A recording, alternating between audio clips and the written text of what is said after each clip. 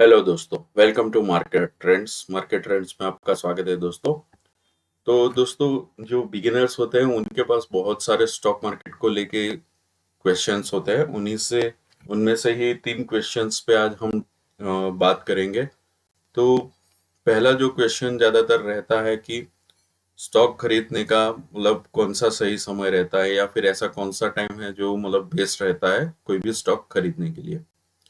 दूसरा जो सबसे मोस्ट कॉमन क्वेश्चन पूछा जाता है कि कैसे आइडेंटिफाई करें कि स्टॉक का एग्जैक्ट बॉटम कौन सा है और टॉप कौन सा है। ठीक है। और जो एक और क्वेश्चन जो ज्यादातर पूछा जाता है कि स्टॉक का एवरेज कब करना चाहिए। तो चलिए आज इस टॉपिक को ही वीडियो में कवर कर लेते हैं। तो सबसे पहला जो क्वेश्चन रहता है कि स्टॉक खरीदने का एग्जैक्ट टाइम या सबसे बढ़िया टाइम कौन सा रहता है। देखिए, वैसे नॉर्मली तो ये माना जाता है कि स्टॉक बाय करने का सबसे बढ़िया टाइम रहता है जब भी मार्केट क्रैश होता है, या फिर जो एक्सपीरियंस लोग होते हैं वो कंपनी का डिटेल में रिसर्च करते हैं, फिर अपने हिसाब से वो स्टॉक को अपने पोर्टफोलियो में ऐड करते हैं। ठीक है। तो एग्जैक्ट आप बोल नहीं सकते कि ये सही टाइम है या फिर ये गलत टाइम है स्टॉक बाय करने का। अब दूसरा जो क्वेश्चन रहता है कि स्टॉक का जो टॉप और बॉटम कैसे मतलब आइडेंटिफाई करें। तो हम बॉटम पे स्टॉक खरीद ले और टॉप पे सेल कर दे।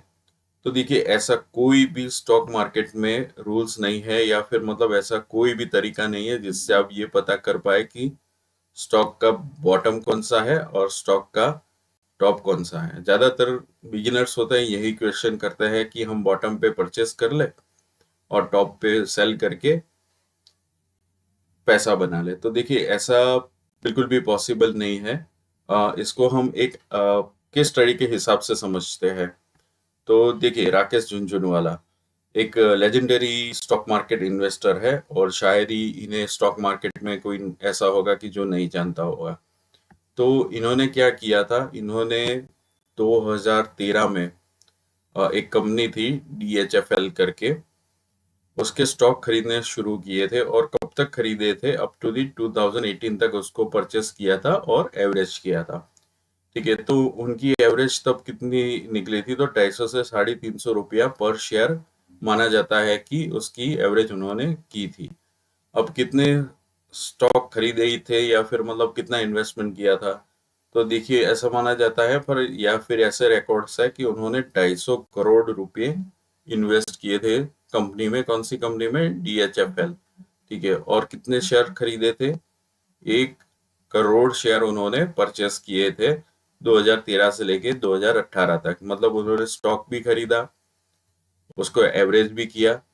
लेकिन हुआ क्या कि एट द एंड उन्होंने इसमें नुकसान कर दिया। नुकसान कितना हुआ, मतलब लॉस हुआ उनका 221 करोड़ से भी ज्यादा। तो 2018 में ये कंपनी बैंकरप्ट हो गई, डूब गई। तो अब आप सोचिए कि इतने बड़े इन्वेस्टर को क्या पता नहीं था कि स्टॉक मार्केट में मतलब ये जो भी स्टॉक है इसका बॉटम कौन सा है और मतलब टॉप कौन सा है। तो उन्होंने क्यों यहाँ पे बाई किया, क्यों उन्होंने यहाँ पे नीचे जाके जब क्रैश हो रहा था तब पूरे का एक साथ बाय नहीं किया, क्यों थोड़ा थोड़ा एवरेज करके बाय किया। ठीक है। तो आपको ये समझना पड़ेगा कि स्टॉक में कोई भी बॉटम और कोई भी टॉप एग्जैक्टली फिक्स नहीं होता है, किसी को भी पता नहीं होता है। ये जो भी बाइंग होती है या फिर जो भी सेलिंग होती है वो अपने एक्सपीरियंस और रिसर्च के हिसाब से करते हैं। ठीक है। अब दूसरा एक चीज देख लेते हैं। तो जो दूसरे एक जबरदस्त बड़े इन्वेस्टर है जिनका नाम है विजय केडिया, और आपको इनका नाम शायद पता ही होगा। तो इनका एक बहुत फेमस कोट है, only two people can buy at the bottom and sell at the top, one is God and another is liar. मतलब इनका कहने का मतलब क्या है कि आपको स्टॉक मार्केट में जो भी बॉटम है और टॉप है वो दो ही लोग बता सकते हैं, या तो वो भगवान है या फिर वो झूठ बोल रहा है।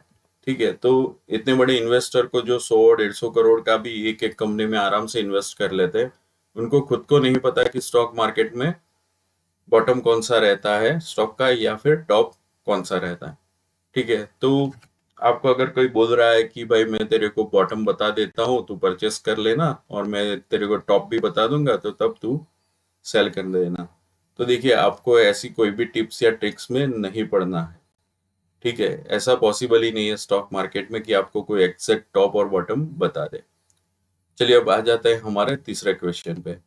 तो ज़्यादातर तीसरा जो क्वेश्चन है उसमें यही पूछता है कि सर मेरा स्टॉक अब क्रैश हुआ है या फिर तो नीचे आ गया है, तो क्या मैं एवरेज करूँ?